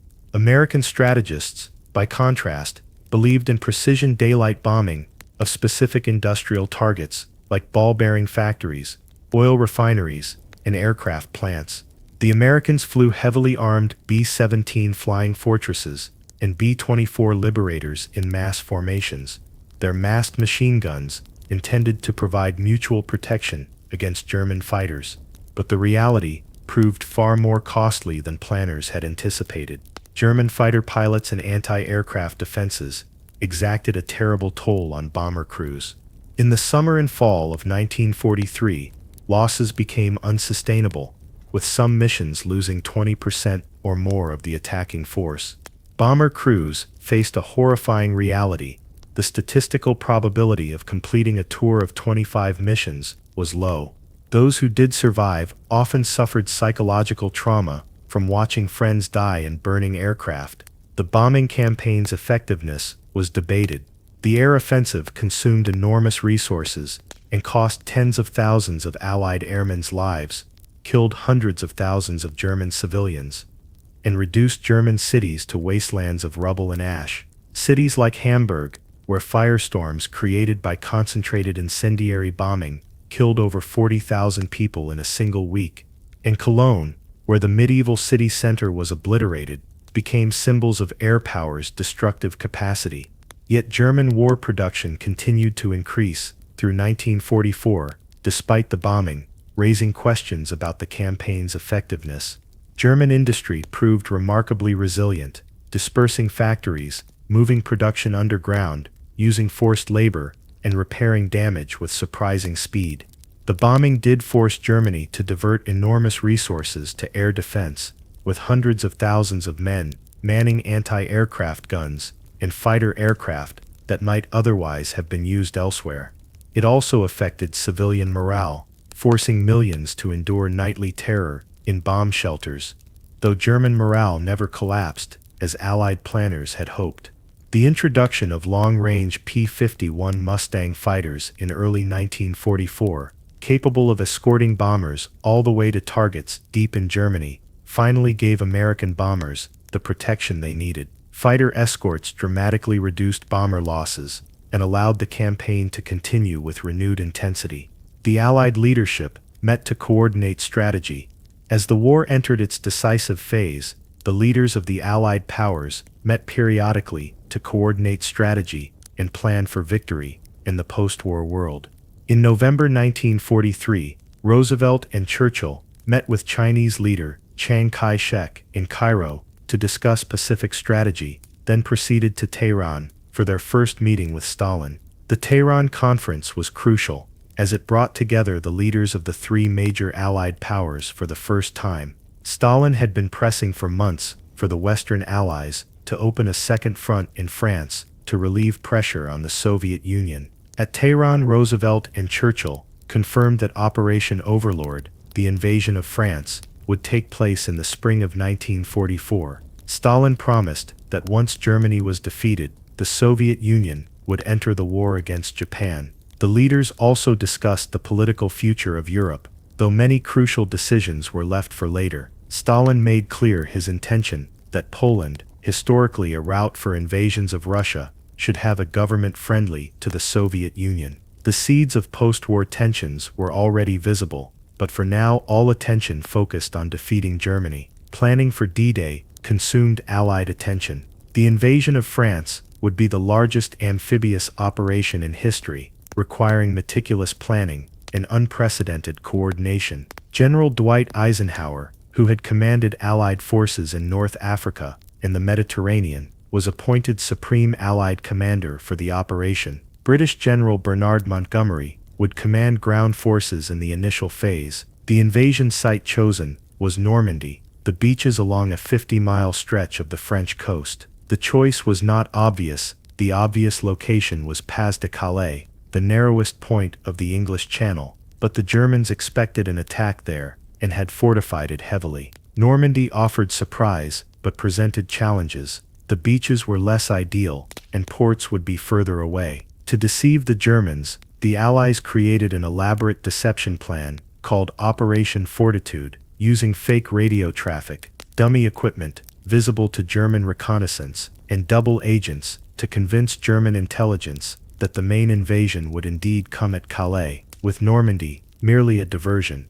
The deception worked brilliantly, keeping strong German forces tied down at Calais for weeks after D-Day. Enormous resources were assembled for the invasion. Southern England became one vast military camp, as American, British, and Canadian forces assembled for the assault. Millions of tons of supplies were stockpiled: ammunition, fuel, food, vehicles, medical supplies, everything an army would need. Thousands of aircraft were prepared to support the landings. The Royal Navy and U.S. Navy assembled an invasion fleet of over 5,000 ships, battleships, and cruisers to bombard coastal defenses, thousands of landing craft to carry troops to the beaches, destroyers and corvettes to provide protection, minesweepers to clear paths through German minefields, and specialized vessels for every conceivable purpose. Engineers developed specialized equipment for the invasion, including amphibious tanks that could swim ashore, tanks equipped with flails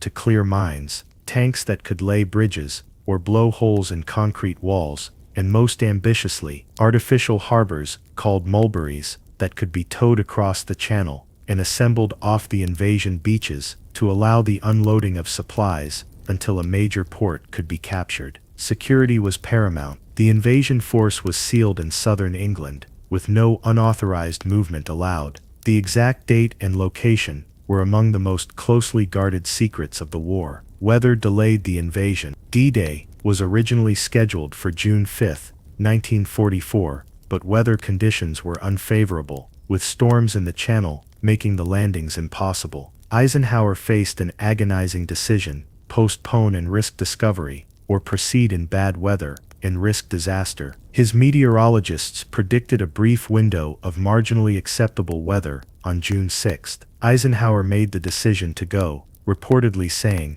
"Okay, let's go," in a deliberately casual tone that concealed the enormous weight of the decision. If the invasion failed, it might not be possible to mount another attempt for months or even years, giving Germany time to recover. The fate of the war and the future of Europe rested on the next few days. Throughout the night of June 5 to 6, the vast invasion fleet crossed the Channel. Paratroopers and glider troops from American and British airborne divisions dropped behind the beaches to secure key positions, suffering heavy casualties from scattered drops, but accomplishing their missions of seizing bridges and road junctions. Bombers and naval guns pounded German coastal defenses through the night, though many bombs fell inland, missing their targets. D-Day, the Allies stormed the beaches of Normandy. At dawn on June 6, 1944, Allied troops assaulted 5 beaches along the Normandy coast, codenamed Utah,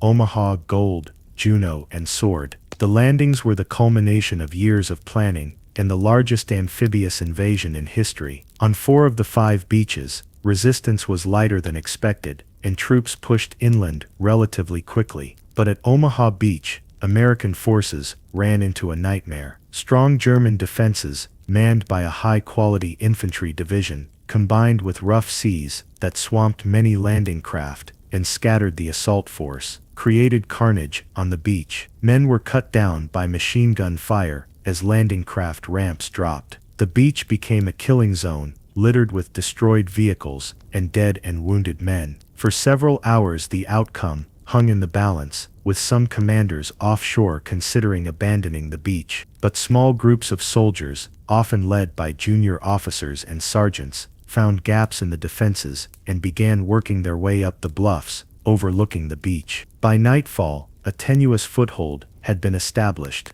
though at terrible cost, with over 2,000 American casualties on Omaha alone. The Allies established a beachhead in Normandy. Despite the fierce fighting at Omaha, by the end of June 6, all 5 beaches were secured, and over 150,000 Allied troops were ashore in France. The invasion had succeeded, catching the Germans partially by surprise, despite their awareness that an invasion was coming. German response was confused and slow. Hitler, still convinced the main attack would come at Calais, refused to release panzer divisions held in reserve there. German commanders in Normandy, including the legendary Erwin Rommel, who had been given responsibility for coastal defenses, wanted to throw the Allies back into the sea immediately, but lacked the forces to do so. Allied air superiority made German movement by day nearly impossible, with fighter bombers attacking anything that moved on the roads. Over the following days and weeks, the Allies poured reinforcements and supplies across the beaches and through the artificial mulberry harbors. The beachhead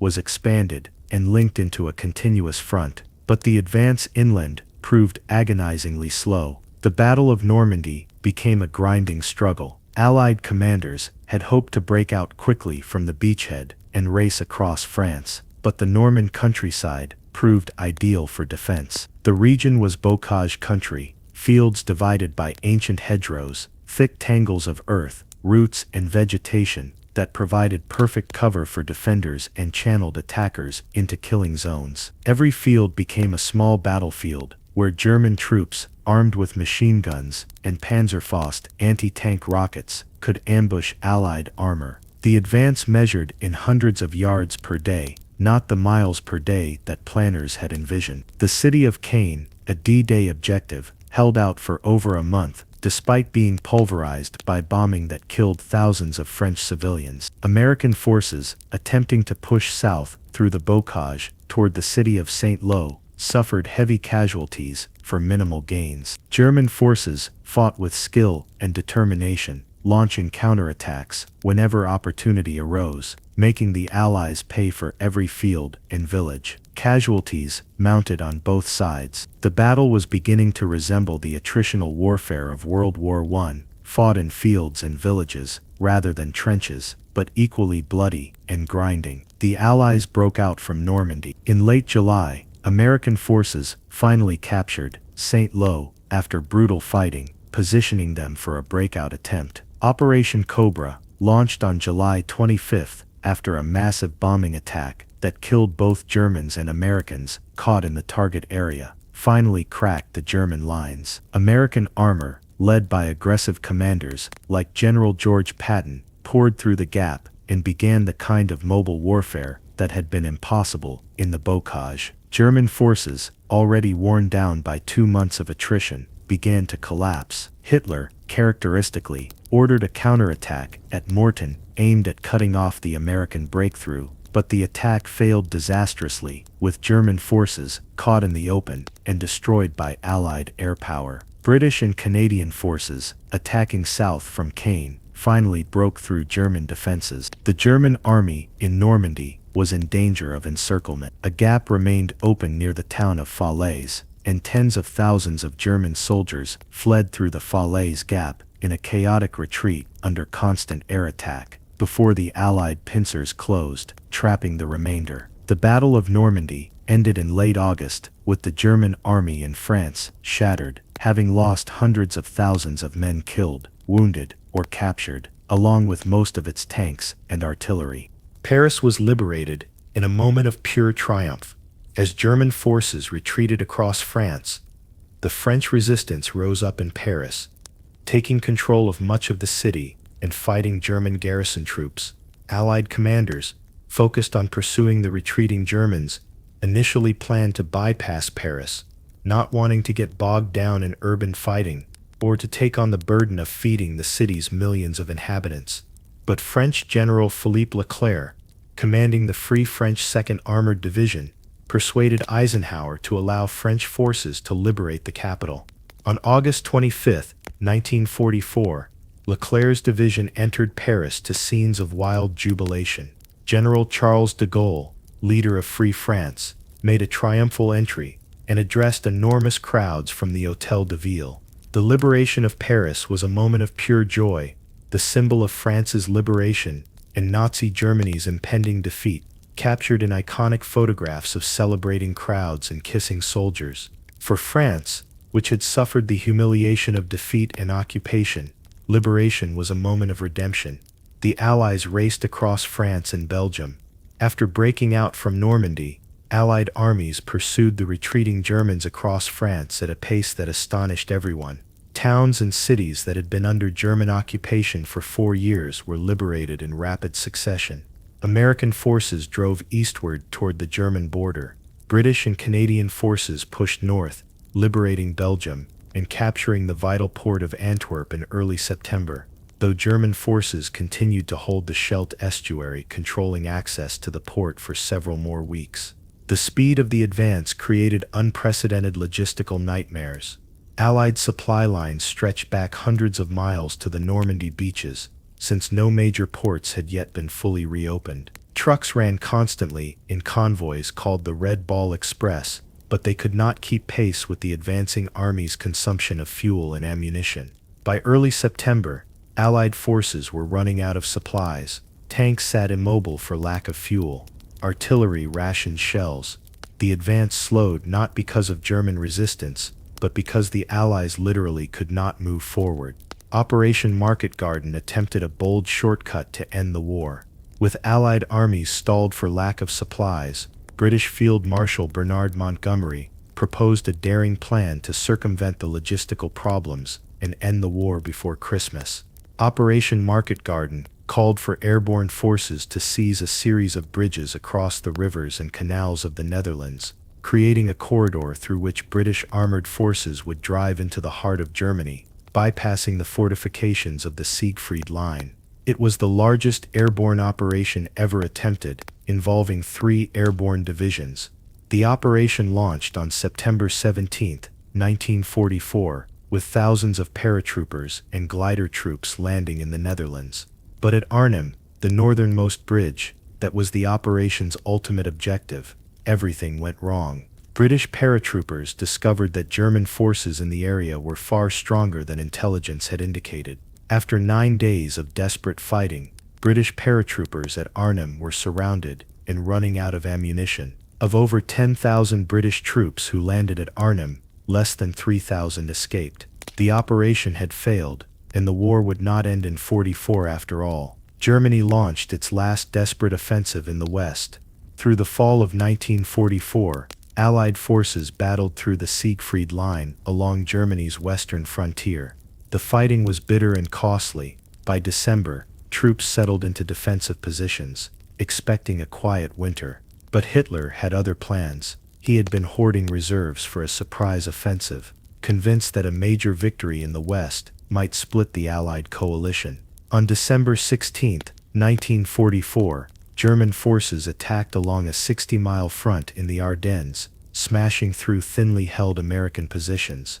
The Americans, caught completely by surprise, fell back in confusion. German tanks pushed west, creating a bulge in the Allied lines that gave the battle its name. For several days the situation was critical, but American forces held at the crossroads town of Bastogne, where Brigadier General Anthony McAuliffe famously replied, "Nuts," to German surrender demands. Patton pivoted his entire Third Army 90 degrees and drove north to relieve Bastogne. When the weather cleared, Allied air power struck German columns with devastating effect.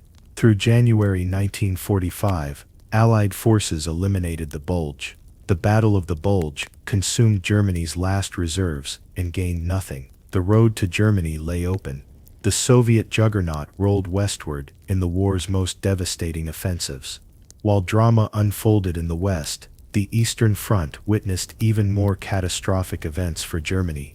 In June 1944, the Soviet Union launched Operation Bagration, one of the most successful offensives of the entire war. Soviet forces attacked German Army Group Center in Belorussia, achieving complete surprise despite its enormous scale. In less than 6 weeks, Soviet forces advanced over 400 miles, destroying Army Group Center and killing or capturing over 300,000 German soldiers, losses comparable to Stalingrad. The Soviets liberated Belorussia and most of the Baltic states, reaching the outskirts of Warsaw and the borders of East Prussia. Following up this success, Soviet forces launched offensives all along the Eastern Front through summer and fall. They drove into Romania, Bulgaria, and Yugoslavia. By late 1944, Soviet troops had pushed into Hungary and Poland. Germany was now fighting a purely defensive war on all fronts, with no hope of victory, only of delaying inevitable defeat. The Warsaw Uprising ended in tragedy and foreshadowed post-war tensions. As Soviet forces approached Warsaw in August 1944, the Polish Home Army launched an uprising against German occupation, hoping to liberate the capital before Soviet forces arrived.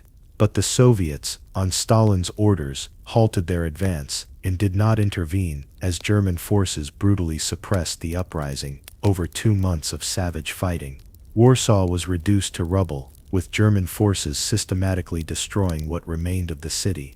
Over 200,000 Poles, most of them civilians, died. The Home Army was destroyed. The failure to aid the Warsaw Uprising was a cold-blooded political decision by Stalin, who wanted the non-communist Polish resistance eliminated so he could install a communist government in Poland. It was an early sign of the tensions that would characterize post-war relations between the Soviet Union and the West. The Holocaust continued with industrial efficiency, even as Germany crumbled. While military campaigns determined the war's course, Nazi Germany continued its systematic murder of European Jews and other groups deemed undesirable.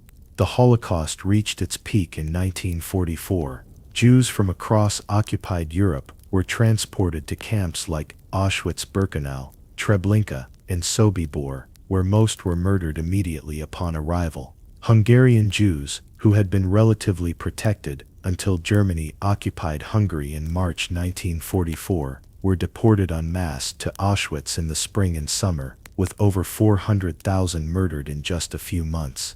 By war's end, over 6 million Jews had been murdered, along with millions of others including Roma, Soviet prisoners of war, Polish intellectuals, disabled persons, and political opponents, in what remains history's most systematic genocide. The final act approached as the noose tightened.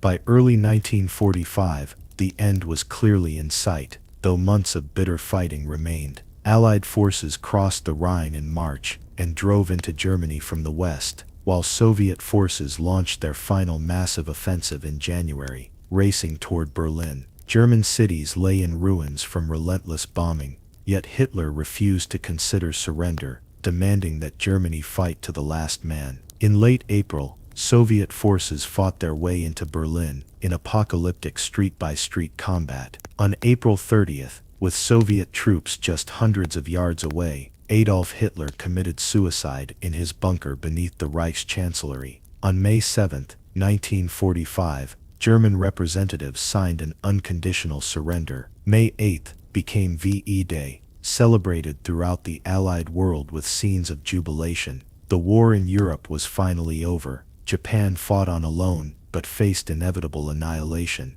With Germany defeated, the full weight of Allied power focused on Japan. American submarines had already strangled Japan's economy by destroying its merchant fleet.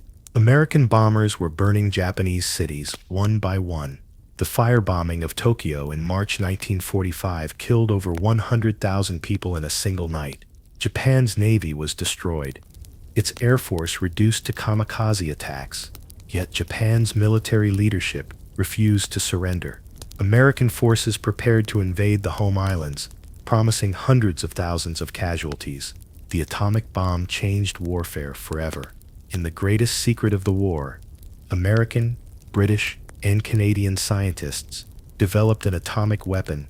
On August 6, 1945, a B-29 dropped an atomic bomb on Hiroshima, instantly killing over 70,000 people and erasing the city.